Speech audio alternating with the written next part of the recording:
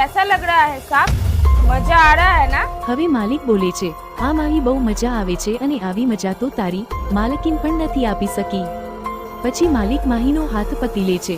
માહી બોલે છે, સાહેબ આ શું કરો છો? તમને ખબર છે ને માલકીન જોઈ જશે તો મને ઘરથી કાઢી મૂકશે. માલિક બોલે છે, અરે માહી એની ચિંતા તું શું કામ કરે છે?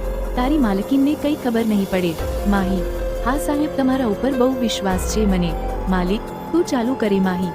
હા, જો તમે મહાદેવને માનતા હોય તો વિડીયોને લાઇક અને ચેનલને સબસ્ક્રાઇબ કરી દો. 2 કલાકમાં સારા સમાચાર મળશે અને કોમેન્ટમાં હર હર મહાદેવ લખી દેજો.